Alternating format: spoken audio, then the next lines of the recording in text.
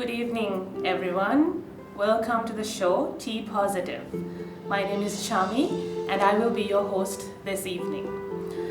The Media Center for National Development, in collaboration with Stuart Tees, is doing this program only because we felt like negativity sells faster than positivity. And so, because mainstream media and all other medias, including gossip sites, would publish a lot of negative ideas, and we thought we must bring some positivity into society. And so therefore here we are today, and that's how T Positive was birthed. So without further ado, let me introduce you to our first guest. Since we celebrated International Women's Day as a couple of weeks ago, we thought it was very apt for us to start the program off with an empowered woman. And therefore, she is a success story that has made a difference on the ground. And today I have with me Dr. Sulochana Sigera. Welcome to the show, Dr. Sigera. How are you today? Good, being busy, but busy. Okay. You must be a very busy lady because you're doing a lot of things. Yeah, I won't say busy, but I'm really involved in things. Yes. Okay, so Dr. Sigera, all of our questions to you won't be the usual questions that you get because I've been reading your interviews and watching your interviews, and most of them are about a lot of the work that you're doing, which is fantastic. But we also want to know the woman, the person behind this persona that the public sees. So we know that you're a tomboy. You call yourself a tomboy in some of the interviews. You're not the typical woman that society looks towards. So behind this tomboy, can you tell us a bit of your background, from where you started, about your family? Okay, good question. So now everyone sees me as an empowered woman, a happy woman, and also someone who speaks loudly and say, if it is wrong for me, it's wrong, right? But that's not the real me sometimes, because it's not I'm saying I'm having some kind of a face in front of others. No, I'm usually that myself. But someone who is not that rough enough, even though my personality, someone looks at some says when you look at you, we get scared. So I do not know why, maybe, but I'm a very soft, I would say, emotion person, but I do not show my emotions, not because of anything, because of my past experience. So what I have come through is from a happy childhood to a very struggling youth, then a stable woman who has been trying to rectify things that has gone wrong in my youth. So that was my journey actually. Okay. So I also know that you're a mother of two. Yes. Also a single mother. Yes. And that's usually a huge challenge for a woman, balancing their work and their home. And you're doing this by yourself. Yeah. How was it challenging in terms of when you began your journey? Because I'm sure your kids are now grown up, but when they were little and when they were children, how is it that you managed to balance it? Because a lot of women, I think also that's very challenging. Even for people like us, youngsters like us, it's very challenging to balance. Even if we don't have families yet, it's still challenging for us to balance our life. But how did you do it with two young children and by yourself? So I don't call it balance, I never balanced it. What I did was I did what has to be done, and I ensured that they also, they were children, but I ensured I give them small responsibilities. And mainly, yes, I think on the 21st Sunday, my daughter just completed her 21st birthday. So my son has put a comment saying that she is my second mother, right? So when my son comes, he always look at him as a friend, not just as a brother. So I think what I was able to build was the trust between three of us, right? Whatever goes wrong, we are together. And everyone has to have the back. So I had a support system with my kids to my work, and also I supported them. And I had support from my mother also, even though now she's not living with me, with my sister. When they were small, my mother was with me. But my work was very challenging, and I also was young, and I didn't know anything about, being single mother, being a single parent, being a good, I would say, good cook. I failed all those. So my failures of not being perfect made me to balance everything and do my best. So I would say I didn't balance, but I did my best, and I ensured that those my two kids also did their best. I never look for perfection. So I always say my children are not perfect, I am not perfect, but we are happy. Right. So it's great actually in a world where we strive for perfection, to have a parent that understands that and allows its space to grow for a child. I think that's a fantastic thing, and I think they're very lucky children to have you as a mother. I hope so, they think like that. I'm sure they do, but I also think that this whole concept of shared responsibility, which you mentioned, even as young as they were, the fact that you understood that and the fact that you made them understand that, I think that's also such a great concept to bring towards even our lives, because sometimes we try to do a lot of things by ourselves and not even We don't ask for help. Yes, we don't ask for help, and I think that's one of the main problems we have in society today. So I think it's great that you did that with your kids, and I'm sure they'll turn out to be great adults. Yeah, my daughter always says, if you do something, I'll give you tea. And I mean, we both look at her and say, why? Because she makes the best tea. So we always beg her. Right. So sometimes, it's small things make us happy. You don't need to do big things to make your family happy. So that's what I have learned. I have learned my only thing I want for myself and my kids is happiness, not just success. Very good. I also read another comment that you had made. I've done a lot of reading in the last few hours actually.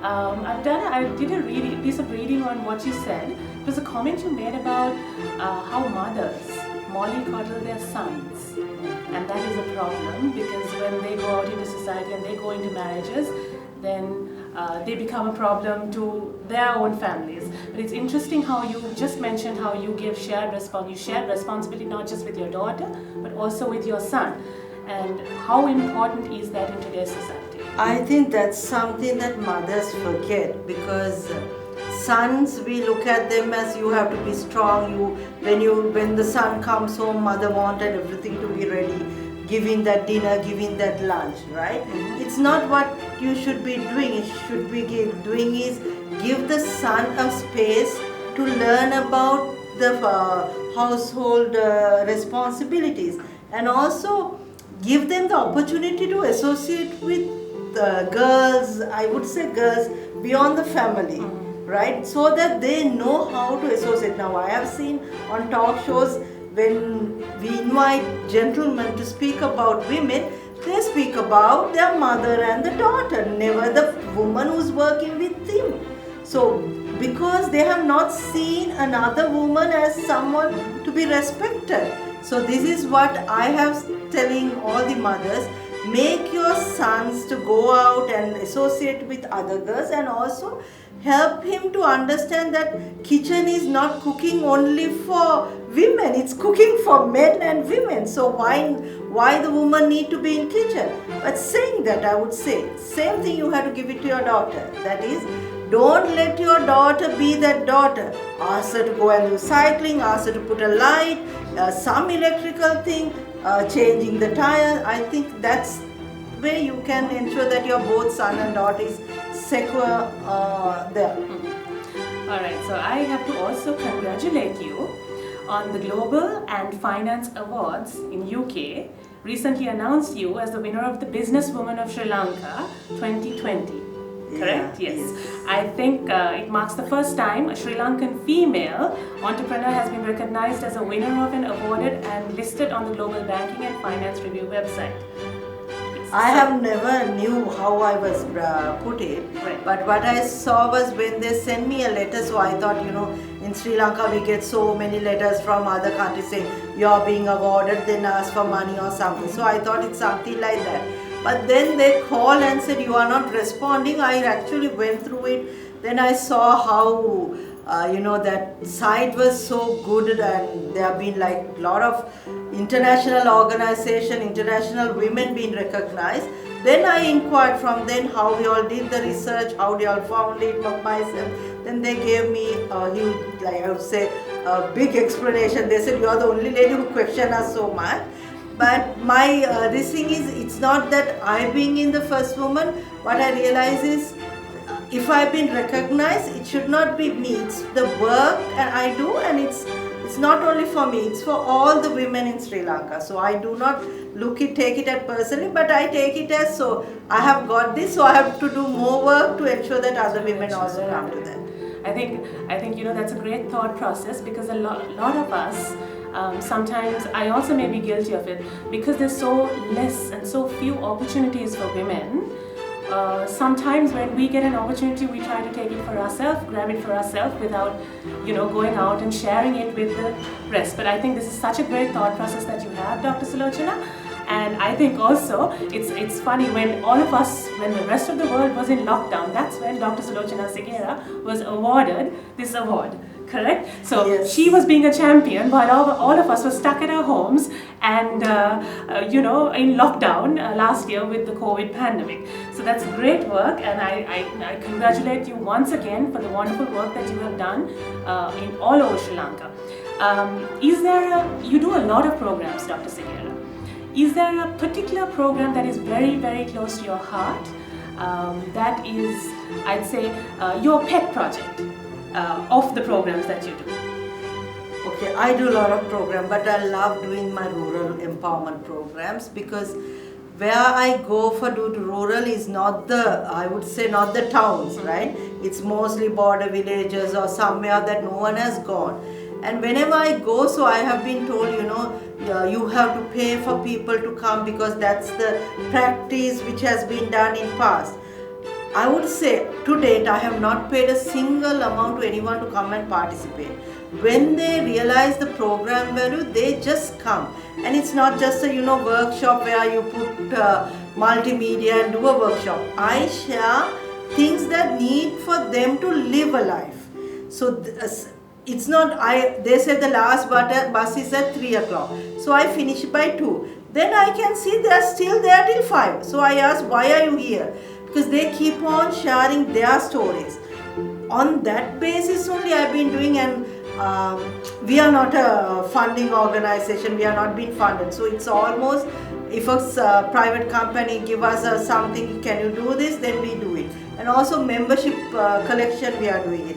So it's being, giving a meal for them and inviting them to give a life for them has been my passion, and I think that's where I have found my real happiness, because the stories as I have found, I don't think anyone can find in Colombo. Those are the courageous women I have seen in Sri Lanka who silently making a change for themselves and the family. That's what I think from my pet project. Great. And how long have you been doing this for, Dr. Segera? Oh, almost, from 2017-18 I've been doing, no. Okay, it's really 2007. 2007. When the war was very high, I still remember I went to Trinco, right? And I was accompanied by a Muslim boy and a Tamil boy. Then I still remember army officer asked, you are Sinhalese and the war is going on, what are you doing here? Then only I realized I've been going with a Muslim and a Tamil. Then I said, just ask them, really? But I never felt, because this is my country, I can go anywhere. That's how I think. That's true. I'm going to ask you a bit of a fun question. Yeah. So I'm going to give you 2 pills. One is a red and one is a blue. The blue one will fast forward you 5 years in time with 500 million LKR, Sri Lankan rupees. And the red one takes you back 20 years old, but with all the memories and experiences that you accrued. Which pill will you take? I would take the red one, 20 years back. 20 years back, with all the memories that you have. Yes. Yes, so you value your memories and of course. Experiences. Yes. I do not want to erase it. I don't regret it. I enjoy. Whether it's a pain or happiness, I enjoy. That's who I am, right? 20 years of me is who I am sitting next to you. That's correct. So I think another question, we live in a very male-centric world. Today, sometimes when you're a strong woman, people tend to tell you, this is not how a woman should be. And so you get a lot of, and what I've realized is you don't only get commentary from men, you also get commentary from women, and they tell you how you should live and how you should dress and how you should behave as a woman. And in such a male-centric world, there's a very fine line between being a subjugated woman and being an empowered woman. How do you draw that fine line, and how do you, because you've walked this path already, how do you, if you had to give one piece of advice to your daughter, but I'm sure she doesn't need advice because she's seen you growing up, but for the rest of us, what is it that you would tell us? How do you balance that fine line between being a subjugated woman and an empowered woman? I would say this. Have you ever seen two men having a discussion and asked, are you empowered man? No one asks. Why we ask that question from a woman, right? I don't see empowerment has a gender, teamwork has gender, leadership has gender, and same way, passion, vision, and nothing has gender. We just have put that woman or a man, right? So my advice is, whether you are a woman or a man, society is going to judge you, right? So it's up to you to take it or leave it. 10% is outside, 90% is within us. If you don't take it, it goes back to them. So don't worry about what others say. I used to worry about it when I was very young, when I started my life. Then I was thinking, they were saying, okay, you're single mom, you're young, you're wearing shorts and all that. I was like, I was trying to be someone who I was not. Then I was thinking, they are not feeding me, they are not helping me, why I'm bothered about them? In same way, I think the young generation has to, it's not just, just shutting them out. If it is really valid, take it, otherwise leave it. But also ensure that you earn your respect within you, right? Don't wait for acceptance from outside. And I don't think this is a male-dominated world at all. Women decide what men should wear. Women decide what to cook. Women decide what to do shopping, right? And men cannot make a single decision at home. Even he can't even change his TV channel. So we are blaming men. This is my question, right? Why we are? Because I think the culture has told us this is the men who are putting. No, it's women. If we women stop putting negative thinking about women to our husbands, our sons, our fathers, our brothers and friends, then we will have a harmony in this world. I think you're very right about that. I think we also should be open to, like you said, constructive criticism and take that if it's valid, and also respect yourself and handle yourself with respect, so that even if someone says something, if it's valid, you can take it and you can fix yourself, and otherwise you move forward and keep moving forward just like you have done so very well in life. Dr. Segera, you have an interesting program where you go into the rural villages to find the diamonds in the rough. And you train them, you equip them, and you help them grow their business beyond the village borders. And now it has pushed other corporate bodies to be more inclusive in their recruitment for top-tier management. And that has been all this work that you have done on the ground level is now coming into fruition. So when you do go into the rural villages and you go looking for these diamonds in the rough, what is it that separates, or what is it that puts apart one person from the other person, and you pick the person that you pick? So when you go, you get different kind of people. One are suicide victims comes. One comes, they just want to have a good meal. Then there is, I would say, a handful of women who comes who wanted to change their lives, who has skills, but no one is there to help them out. I pick them not just to train them as entrepreneurs. I actually mentor them not for just one day, for nearly now. I think from 2012 onwards, I have nearly 25,000 to 5,000 women who follows me, right, from rural. And if you ask me, till today they call me. And I don't remember their name. I have put, these nicknames for each one. So what I looked at them is, are they really wanting to change their economy?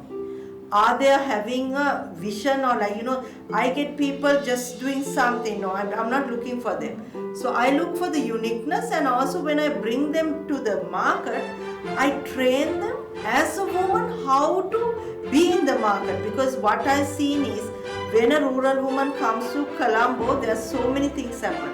So I'm not just bringing them and putting. I have trained them how people look at them, how to dress, how to talk, and all that. After that only I'm putting them. So it's being, I would say, it's a journey where I learn these things. Actually, what I started up doing it because I went through. I was a corporate woman. When I became a businesswoman, we didn't have anyone to empower us. We didn't have program. I learned from failures. I learned how people treated me. I made mistakes. So I used to use those things, and I actually put a curriculum for entrepreneurship with my hands-on experience, and then I studied separately also. So there's literacy, I would say, there is theory, but then again there is experience and the hands-on. So with that, I pick people. Now each district I have 5 to 6 women who are in exporters. Then around 10 to 20 who are in the local market. So I know who are ready to go to exporters and who are ready to market. Then I know who are just passengers. But I don't put them down. I know that they are going to be, but they are not going to be successful as entrepreneurs. Okay, all right. So how do you now? I mean, not everyone is motivated as you are, or not everyone is motivated as women to go forward and do something for themselves, even if they are skilled. So skills is not the only thing that counts as when you pick an entrepreneur or a woman who wants to do something in life. How is it that, because a lot of people go through a lot of hardship before you probably encounter them, and so they're probably demotivated by the time you have already come in contact with them. How is it that you walk them through this process of bringing them back into that sphere of being motivated and doing something for the country, for themselves, for their families, and then doing well in life? So I never do one-day workshops. I always say I need at least 3 days, because the first day is I'm actually unlearning all those things they have been told, right? I speak to them. I ensure that their mind is free. So sometimes, end of the first day program, people start crying, saying that they have never gone through and all the pain they put it down. So I ensure that they are ready to learn a new thing or entrepreneurship or anything, they are ready. So it's very tiring. I don't think anyone can do that. So sometimes when I come out from that first one-day program, I feel so exhausted because they take all my energy. And the best part is, okay, when you speak your own language, so I'm a Sinhalese, right? It's easy. But when you are in North or East, you have to translate. And trust me, they understand me that even more than the translator. So when I'm finishing the program, I was wondering, I'm speaking in Tamil, my translator is speaking in Sinhalese. So I really do not know how it happens, but this is something, it's very tiring. I don't think everyone can do it unless you have that passion, because when I was down, there was no one to listen to me. My only objective is, I don't want any woman to go through the pain I went. I don't want anyone to feel lonely. So that is inside me. So that's the fire I'm giving back to those women. I think I should say thank you very much for that work that you're doing, because I think that's a very good thought process that we're coming from. Not to let anyone feel lonely, and be there and make sure that there's someone to hear you out. Even if there's no help sometimes it's helpful enough to just sit with someone and listen to their story. And it gives them hope, and I think hope is the most defining factor in our lives. And so, Dr. Segera, I'm coming down to the last few questions. I won't keep you too long.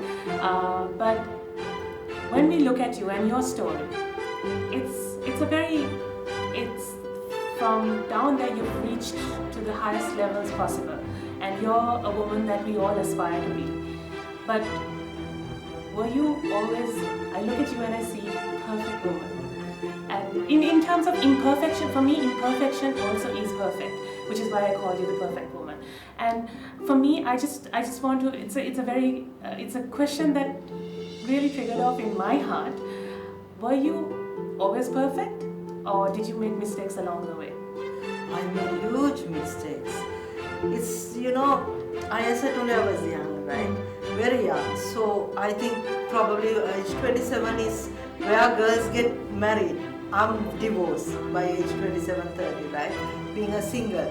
So that's where I made a lot of mistakes. And I was, there's so much of things when people say, you're beautiful, you have everything. So why are you single? So then I was like wondering whether it was me who made mistake or something wrong with me. So it was a guiltiness was within me. So it took a lot of years for me to realize nothing wrong with me, right? So it's very difficult. So I was not a perfect person, but I had a perfect life. If someone asked me, I was the perfect person. I had a perfect background.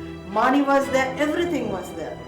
Till everything go away, I realized the world look at your perfectness, what you wear, what you drive, how you meet people. So I ensured now, I've been working so hard, I ensured material things will never define who I am. So I have never ever thought about, big things, because I realized I had all those stuff. But I thought people look at me perfect, but within me I was not perfect. So that's how I would say. Yes. So also, I think this is a fantastic start to this program also, because the name of this program, T Positive, is for two reasons. One, we thought it's a play on the word be positive, and I think there's no better person that to start off the show with than Dr. Segera, because she has rightfully sat here, and that last response to that question, to her life is not perfect, but if someone asks her life was perfect, because she used all her challenges and used them as stepping stones to be where she is right now, and she's perfectly in happiness in that state. And that's a great message to all our viewers. And I think I'm going to ask you one final question, Dr. Segera. Young women today, there's a lot of notions of feminism and what you should do as a woman, and how strong you should behave as a woman, and sometimes those notions are misguided. I want to ask you, as a final message, if you had to leave something with our young women and men both, what would you say to our younger generation?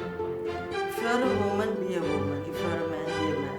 Don't try to be a woman and show off like a man.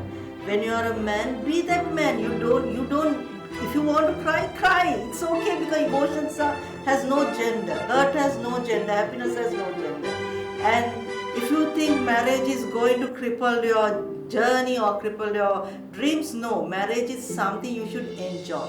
Having children is going to put your beautiful body down. I would say for all the women, girls, young girls, that's the most beautiful thing that can happen to you. So don't look for perfect life. Look for happy life. Don't look for success. Happiness will bring success. Don't let the world define what success for you. Let you define what happiness for you. That is my message. So don't strive for perfection, but strive for happiness. And that's the final message that you have from Dr. Sulochana Segera. I want to thank you, Dr. Segera, for joining us at T Positive. And I think there's no better person to start off this show with than you. And I would want to tell our viewers also, we'll be doing this as a weekly program. And I think we all together, along with the Media Center for National Development and Stuart T, would like to thank you for being the first guest on our show. And I'd also like to thank Stuart Hotels by Citrus for giving us this wonderful location to shoot this show. So thank you, and have a good evening, all of you.